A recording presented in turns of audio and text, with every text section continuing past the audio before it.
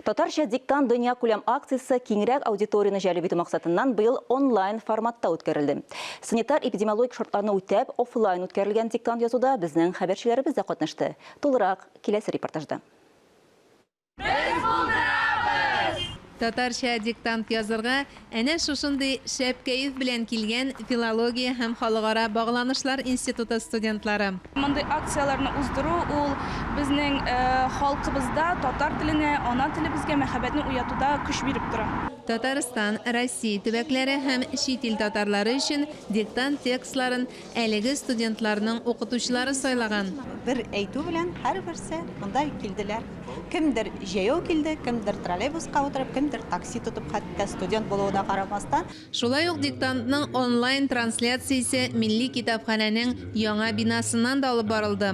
Без татар теленең сакланышылы һәм үстерү һәм гомумән гамәли кулланылышы ягыннан да бу татарча диктант ул бер чарасы гына аның, кызыксындыру чарасы. Искә төшереп узабыз. Татарча диктант дип аталган кызыксындыру чарасы 2016 елда үткәрелә башлады. Җиз кыңгырау әсәреннән өзекне ул вакыт 100 кеше язды. Ә быелга акциядә катнашучылар саны 100 меңгә җитәргә мөмкин дип искәртте үзе дә диктант язган Татарстан Республикасы Дәүләт Советы рәисе урынбасары Марат Әхмәтов.